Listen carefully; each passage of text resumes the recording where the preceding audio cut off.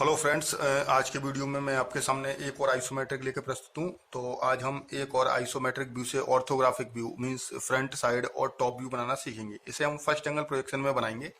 तो इसके लिए हमें सबसे पहले इस आइसोमेट्रिक व्यू की डायमेंशन पढ़नी होती है। तो देखिए, हम डायमेंशन पढ़ लें। ये यहाँ से यहाँ तक हमें 40 mm दिया हुआ है। इसके आगे कुछ और भाग निकला हुआ है, इसकी हम डायमेंशन ऊपर देखेंगे। इस सर्किल के सेंटर से यहाँ तक ये 60 mm है, और ये जो सर्किल का ये यहाँ से दिया गया है, ये रेडियस हमें ये लंबाई और फाइंड करनी है। तो वो मैं बताऊंगा आपको। देखिए, पहले ये देख लें, यहाँ से यहाँ तक 10, ये 20 और ये 10, 10 20 10 टोटल 40 mm। तो इसकी हमें विड्थ देखिए, ये हमारी हो गई 40 mm। और लेंथ की बात करेंगे तो लेंथ हमारी ये 60 mm, और यहाँ से ये हाइट हमारी 40 mm दी गई है। देखिए, ये 40 mm हाइट है, तो हाइट भी लिख ली मैंने, जैसे ये 40 mm। और ये 40 है तो सेंटर से 20 इधर रहेगा और 20 ही इस तरफ। तो ये जो सेंटर से यहाँ तक ये 60 mm दिया है, इसमें 20 प्लस और हो जाएगा। तो ये 60 और प्लस 20 ये हो गया आपका 80 mm, यानी लंबाई है हमारी 80 mm। तो ये लंबाई वाला भाग है, इसे हम मानेंगे फ्रंट। ठीक है, ये चौड़ाई वाला भाग है, इसे हम मानेंगे साइड। और ऊपर से दिखने वाले भाग को हम टॉप व्यू कहते हैं। तो फर्स्ट एंगल प्रोजेक्शन का नियम है कि दाएं से दिखने वाले भाग को बाईं ओर और बाएं से दिखने वाले भाग को दाईं ओर। तो ये राइट साइड वाला भाग है, ये वाला, ये फ्रंट व्यू। तो ये हमारा लेफ्ट साइड में मीन्स यहाँ बनेगा, और ये लेफ्ट साइड वाला भाग है, ये इसके बगल में यहाँ बनेगा। ठीक है, तो फ्रंट व्यू में दिख कितना रहा है, देखिए दोस्तों, मैं आपको बता देता हूँ। जो मैंने एलो लाइन से शेडेड किया हुआ है, तो ये एलो लाइन का ये वाला भाग हमें ये कहाँ दिखेगा, ये फ्रंट में। और ये जो ब्लैक लाइन खींची गई है 1 2 3, ये तीनों भाग हमें कहाँ दिखेंगे, साइड व्यू में। और ये रेड लाइन वाला भाग है, ये वाला, ये लगभग टी शेप में है, तो ये हमें दिखेगा टॉप व्यू में। तो फ्रंट व्यू बनाने के लिए हमें बेसिक लाइन खींचनी पड़ेगी। बेसिक लाइन हमारी यहाँ पे हो रही है 80 mm, लेकिन 80 mm ना खींच के हम इसे खींचेंगे यहाँ तक 40 mm। ठीक है, तो चूंकि हम 80 पे निशान लगाएंगे, यहाँ से 80 mm दूरी हमने ले ली है, तो ये पॉइंट से 80 यहाँ से यहाँ तक हो रहा है, लेकिन मैंने लाइन ली है केवल 40 mm। ठीक है, इस बॉक्स को बनाने के लिए 40 ये लिए, हाइट भी इसकी 40 mm लेनी है। तो देखिए, यहाँ से हम इसकी हाइट भी 40 mm ले लेंगे।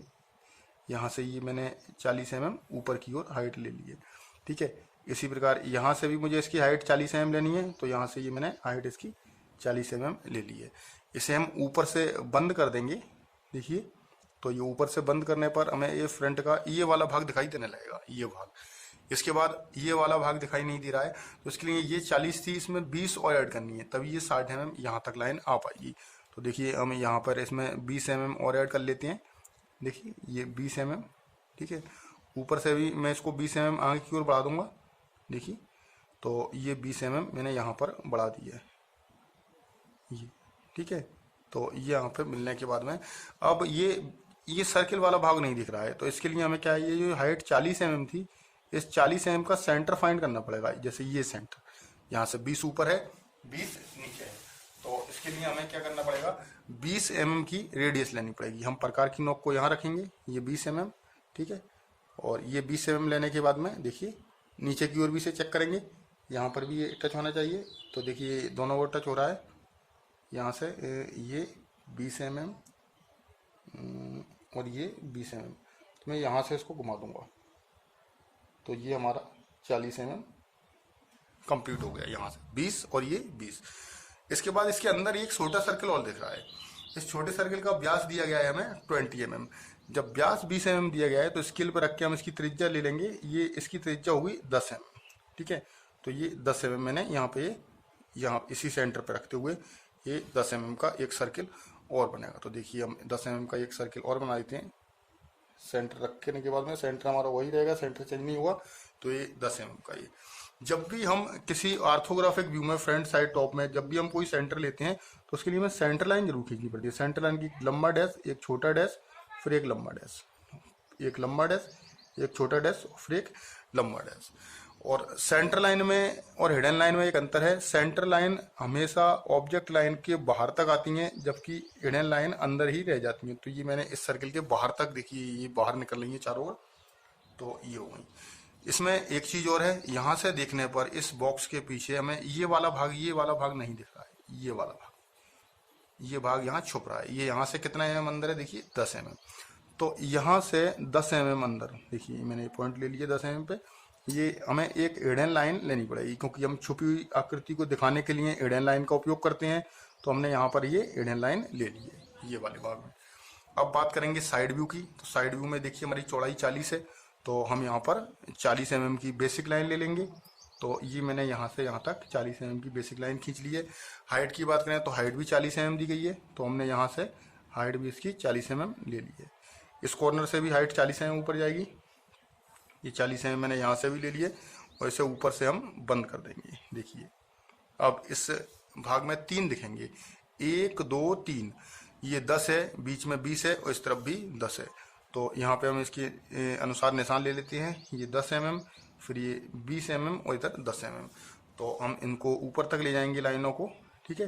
तो ये 10 mm की प्लेट, इस कॉर्नर से भी यहाँ से 10 mm की प्लेट, और ये बीच में 20 mm। ये तीनों भाग दिखने लगे हैं। लेकिन चूंकि ये सर्किल नहीं दिख रहा है, ये दोनों भाग नहीं दिख रहे हैं, तो इसमें बहुत सारी हिडन लाइन आने वाली है साइड व्यू में। तो उसके लिए हम क्या करेंगे, सबसे पहले इस सेंटर लाइन के ठीक सामने यहाँ पर एक सेंटर लाइन ले लेंगे। देखिए ये एक बड़ा डैश, एक छोटा डैश, एक बड़ा डैश, फिर छोटा, फिर बड़ा। इन बड़े और छोटे डैश में 5:1 का अनुपात होता है, और पहला और आखिरी डैश हमेशा बड़ा रखा जाता है।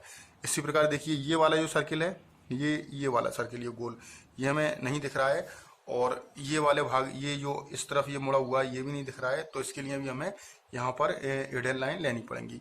तो यहाँ से ये भाग और ये भाग कितनी दूरी पर, देखिए देखते हैं, ये टोटल 40 था, 40 में से 20 का भाग 10 है, तो ये 15 दोनों तरफ रहेगा। तो यहाँ से 15 हम ले लेते हैं। देखिए यहाँ से 15 mm और इस तरफ से 15 mm, तो ये 15 mm पर ये हमें यहाँ पर हिडन लाइन बनानी होंगी। तो मैंने ये 15 mm इस तरफ से छोड़ के ये हिडन लाइन बना दी है। इसी प्रकार यहाँ से 15 छोड़ के मैं एक हिडन लाइन और बना दूंगा।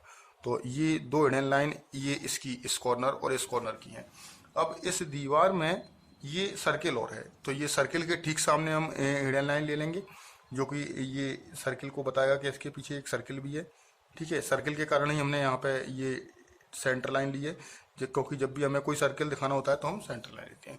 ये वाली सेंटर लाइन केवल इतने भाग में ली गई है, क्योंकि ये सर्किल केवल इतनी मोटाई में है, 10 mm में, तो ये 10 mm में ही ये सेंटर लाइन है, ठीक है। इसके बाद हमें देखना है टॉप व्यू। तो फ्रंट व्यू के नीचे टॉप व्यू बनाना होता है। तो इसके लिए हमें बेसिक लाइन के बराबर, यानी ये 80 था, देखिए, तो 80 पर हमने ये पॉइंट लिया, ये 80 पे, हालांकि हमने लाइन नहीं ली है, केवल निशान लिया है 80 पे।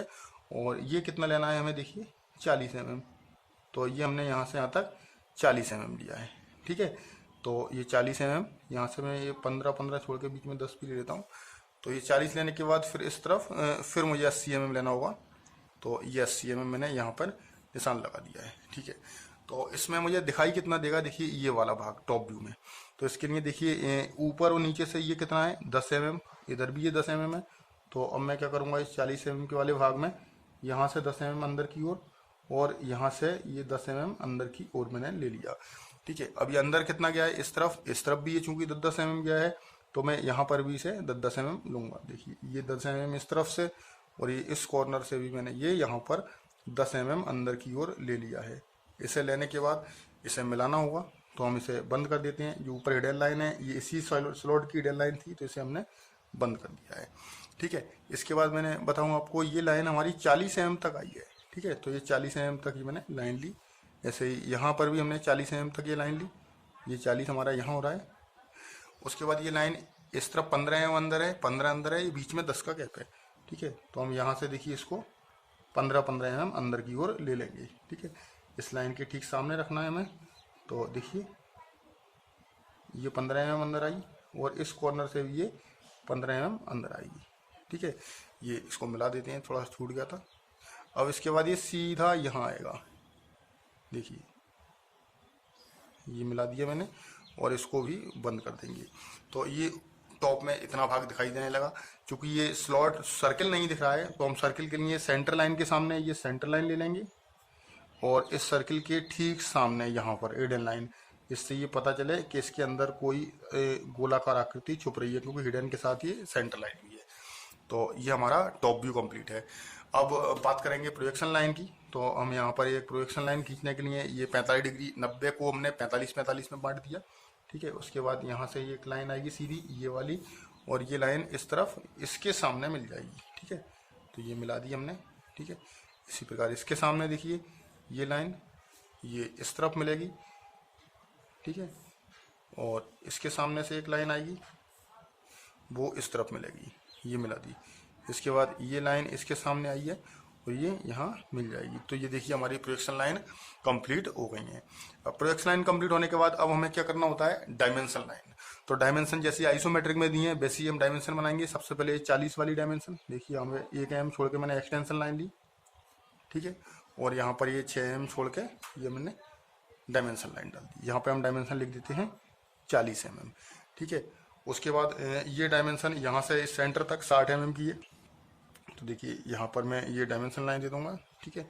ये सेंटर थोड़ी छोटी करेंगे क्योंकि यहाँ पे हमें एक्सटेंशन लाइन खींचनी होती है। तो ये देखिए, और यहाँ पर हम एक डायमेंशन लाइन खींच के इसे लिख देंगे 60 mm। ये हमने 60 mm लिख दिया है।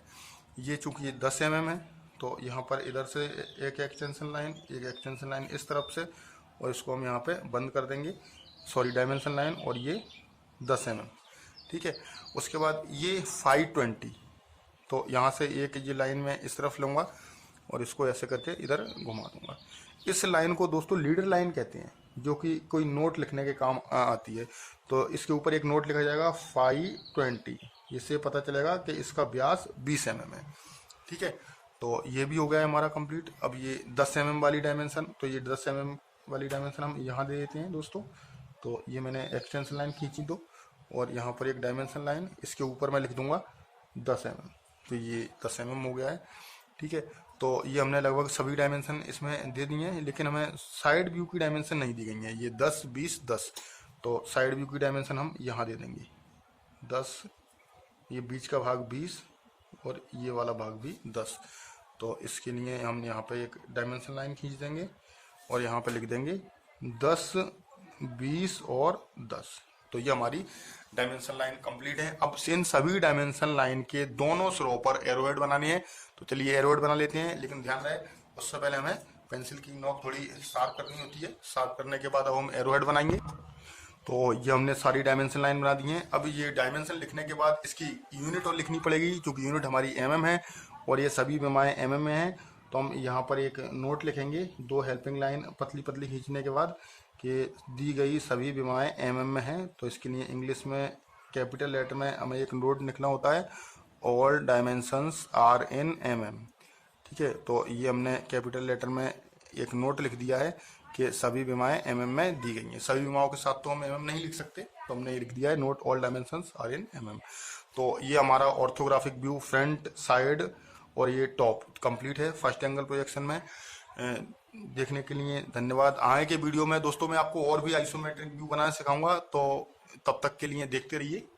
Thank you.